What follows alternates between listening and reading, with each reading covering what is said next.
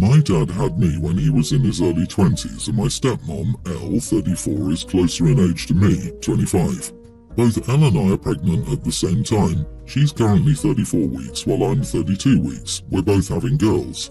Since I was a little kid, I wanted to name my firstborn girl Elizabeth after my gran, who raised me while Dad was in medical school. My partner likes the name Elizabeth, and we've decided that she'll be called Elizabeth Catherine after both of our grandmothers. We've also decided to keep the name a surprise.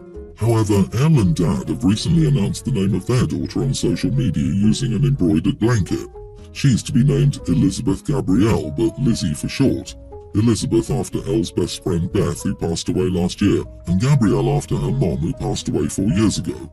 Elle and I had talked about baby names, and she'd never mentioned using Elizabeth. If I'm honest, I'm upset by it. I picked the name first. It holds a lot of meaning to me. I messaged Elle telling her and Dad to pick something else, anything else, because I was also using Elizabeth, and it would be confusing to have two Elizabeths, especially given how close they'll be. Elle told me that she wasn't going to move on this, and that she wanted to honour Beth by naming her daughter after her. When I spoke to Dad, he told me they were naming her Elizabeth, whether I liked it or not. He told me that I was being selfish, thinking I could decide who could use which names, and thinking that my reasoning for using the name Elizabeth was more important than Elle's. Dad also told me that as their daughter is likely to be born first, then they'll name her Elizabeth and I'll have to pick something else. Elle has since told me I'm being an idiot and has asked me not to contact her until I apologise. Am I the idiot for telling my stepmom she can't use the baby name I chose? By keeping my baby's name private, I mean we haven't announced she'll be called Elizabeth Catherine. However, my dad knew I wanted to use Elizabeth, as we talked about it quite a bit after Gran passed. You are the idiot. Your reason for using the name isn't any more important than Elle's reason. You don't own a name, and there absolutely can be two Elizabeths, especially if you give them different nicknames. See every Irish family that has 5 Johns with various nicknames. Don't tank your relationship with your father over something as trivial as this. Agree. My first daughter is named Elizabeth, the most beautiful woman's name in the world. All my dolls were named Elizabeth. I named her after Elizabeth I, the most powerful woman who ever lived, and Elizabeth Taylor, the most beautiful woman in the world. My ex's late mother's name was Elizabeth and she went by Betty. Her mother was also Elizabeth and went by Ruby. My daughter goes by Beth. You can have more than one Elizabeth in any family. There will be a nickname for each girl.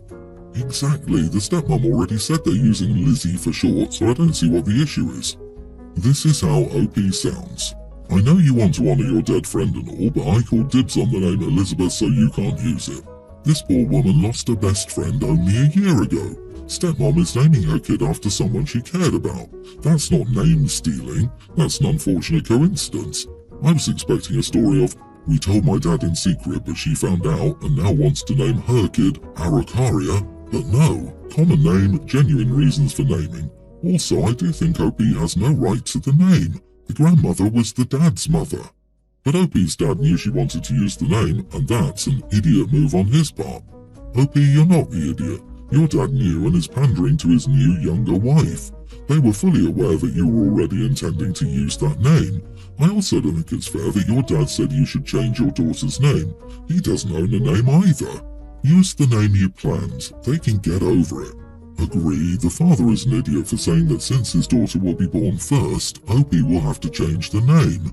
I would find it absolutely hilarious if stepmom had the baby late and OP had hers early, meaning that the dad is completely wrong in who was born first. This actually happened to my cousin and I. He was late and I was early. Oh my goodness, everyone's the idiot here. This sounds messy and maybe, just maybe, you and your dad's wife are having a bit of a contest, and it isn't actually about the names. Just make everyone happy and go no contact with them. Your dad would be too busy with his new kid to care about you and your kid anyway. He can wait another 20 years to become a grandfather to his new kid's children. I, 45 male, live with my wife, 43, and kids, teen male and tween female. My sister, Margot, 33, her wife, Alexandra, 35 female, and their 2 kids, male young grammar school and toddler female, live in the same city as we do. My son adores his cousins and often asks to go over to his aunts. Margot says it's okay, so I send him over quite often, maybe once a week or so. This started around 6 months ago because before that Margot lived in a different state. For some background information, I'm a Christian and so is my wife and our kids. When it comes to Margot and Alex, they're both atheists. It doesn't affect our relationship at all and we all love each other. However, my son has been making comments very similar to what Alex would say about most things. Alex is a surgeon and my son looks up to her a lot, which is why he's very easily influenced by her views. He would say all these things and try to change our minds at the table. So I called Alex and told her that my son was being influenced by her. I asked her to give him some space so he could find out what he thinks on her own.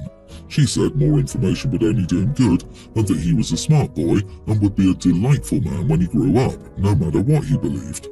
I asked her to please not talk to him about these things. She got mad and said I was controlling, and as long as my son was allowed to come over, she would let him choose the topic of their discussions. Both Margot and Alex are acting cold toward me. It has me wondering, am I the idiot in any of this? LMAO, you are the idiot. I asked her to give him a bit of space so he could find out what he thinks on his own. I think you mean, I asked her to give him some space so we could keep telling him what he thinks. So the kid has questions, Auntie answers the question, and the parents get upset because questioning is the enemy. I've heard this story before. I would have respected OP more if they were open and said, we're going to raise him our way until he's an adult, then he can do what he wants. But trying to pull the, he needs to make his own decisions but only using the information I provide him crap is really lame. Dude, how is your son to make an informed decision without knowledge? Sounds like what you want is for him to be a blind sheep and follow what you believe. My 35 female husband passed away a few years ago in an accident, so now it's just me and my son, young grammar school age. My husband was the main breadwinner, so it's been rough. I work until 8 and he gets out of school at 3. My sister-in-law doesn't work, her husband owns a very successful business and she helps out. Sister-in-law picks up my son from school and brings him to her house to hang out and do homework until I can pick him up. On Wednesday, she called me while I was already at work to tell me she and her husband got last-minute concert tickets, so she couldn't pick him up from school. I was angry. It would be one thing if I knew in advance and could make other arrangements, but she just sprung it on me. I asked her to reconsider and reminded her that she made this commitment and that breaking it would be really crappy. She still went to the concert. I had to leave work 6 hours early and lost out on all those hours. I figured since she put me in this spot, she should have to recoup my income. It's the only thing me and my son survive on. I sent her a Venmo request for the amount I lost out on. A few minutes later, I got a nasty text from her about how she wasn't paying for it. I had to send my son home with one of his friends yesterday and today because she won't pick him up. I told some of my friends and they're 50-50 on if I should have done it, but I need that income and she made a commitment to me and my son. That's more important than going to a concert to get drunk. Edit, she helps me out for free with my son. This is amazingly stupid. Your sister-in-law babysits for free, and you want to charge her money when she can't babysit for free? Wild. You are the idiot. Your sister-in-law is not your personal slave. Your kid is your problem, but you sure seem to have dumped so much parental responsibility on your sister-in-law that you somehow think now that she's a parent, and she owes you money to take care of your own kid. That's not how it works. The attitude is crazy. She said she helps out, in quotes. The level of disrespect from the start to someone doing her this favor. I've been an aunt for more than half my life, and I feel lucky that my siblings always made their kids available to me to love and train and support. It's been a huge part of my life. But demanding I give up my life because they have kids was never their inclination, let alone their right to assume. OP doesn't seem to understand that her needs and sister-in-law's priorities will sometimes differ. Lady, I would never watch your child again. You can hire a babysitter. You are the idiot for the Venmo request and for not having a backup plan. What if it were a true emergency? What would you have done then? You must ensure you have backup plans for childcare for your son.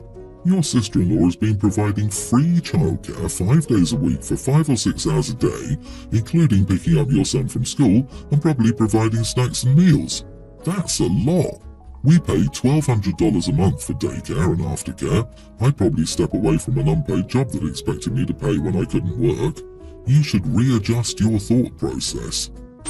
He works away 5 days a week and is home on weekends before returning to work at 4 AM on a Monday morning. He works really long hours while he's away, so he's tired on weekends. A month ago we had a beautiful picnic with our child, just the 3 of us, and it was extra special because it was at the botanical gardens where we got married. Our child hasn't been here before, so I wanted to take my time and enjoy the gardens, walk around after lunch and soak up the sunshine. He didn't want to walk around because he was tired, which I thought was fine even though I was disappointed, but I took our child for a walk without him. Anyway, on the way home he was complaining about how tired he was. When we got home he went for a nap. I got all the housework and cleaning done like I normally do on a Sunday, but the afternoon became evening and he was still taking his me time, so I got dinner in the oven and sorted out my birthday cake.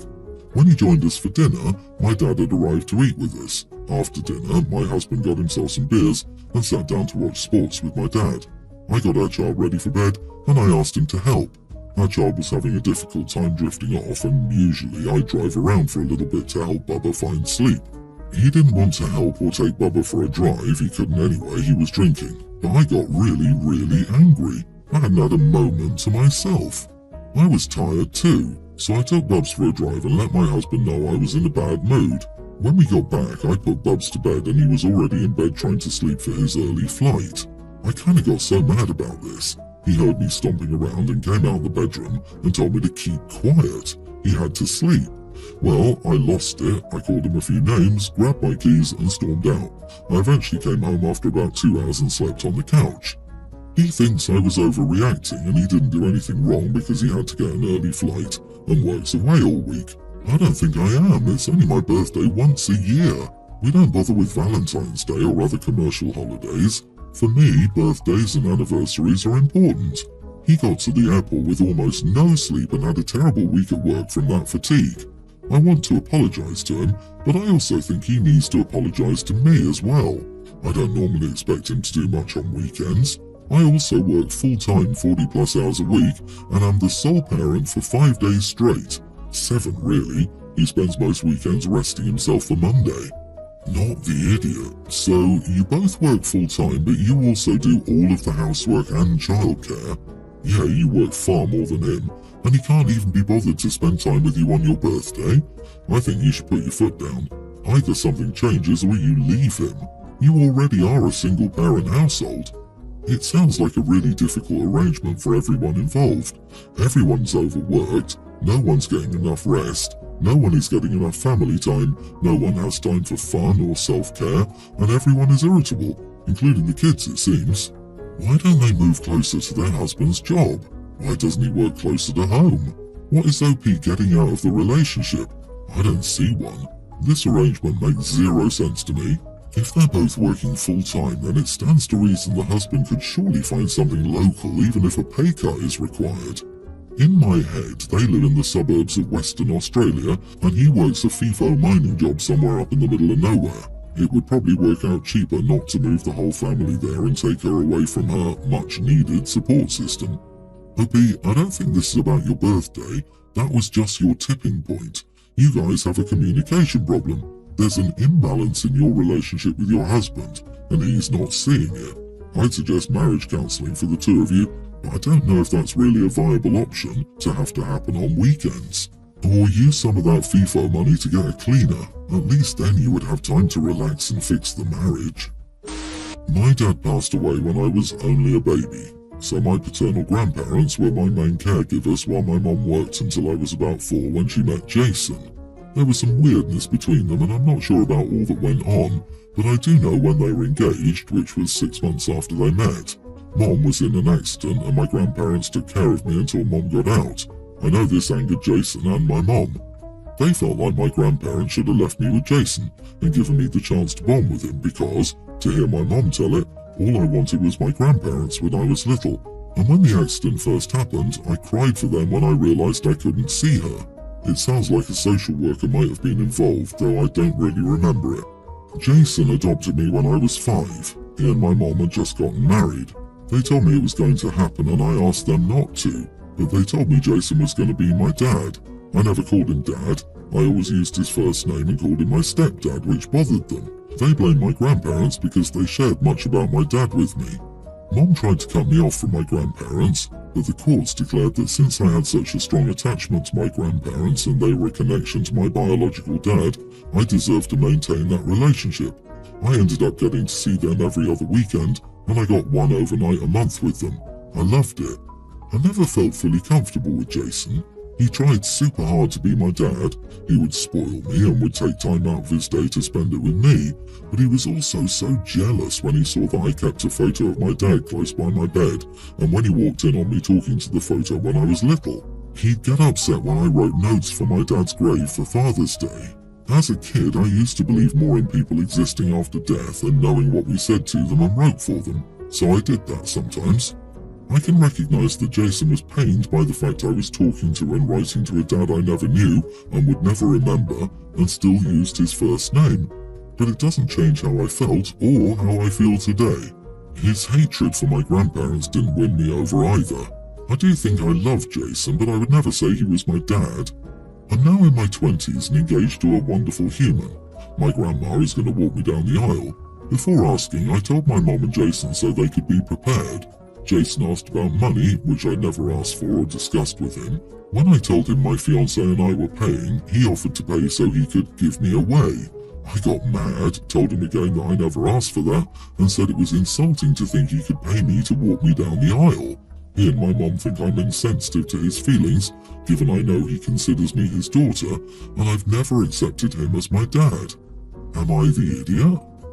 Not the idiot. It makes sense that after bonding so much with your grandparents that you would prefer one of them to walk you down the aisle, compared to a man who sounds like he's forcing a father-daughter relationship with you and trying to bribe his way into your ceremony. If he really loves you, he should want you to be happy more than he wants to walk you down the aisle. What so many parents fail to realize is, if they stop trying to force a relationship, the odds are good a relationship will form. For example, if Jason were more secure and didn't try to push you away from your grandparents and get mad you had a photo of your dad, you probably would have been able to get closer to him. Exactly, he can't just try and buy his way into your ceremony after years of a toxic relationship. While traditionally the father of the bride walks her down the aisle, you were robbed of this choice at a very young age. And since you never had that kind of bond with your stepdad, it's understandable to want someone else to walk you down the aisle. I love that you chose your grandma, and I'm sorry that your mom and stepdad reacted badly. I wish you a wonderful ceremony and a happy marriage.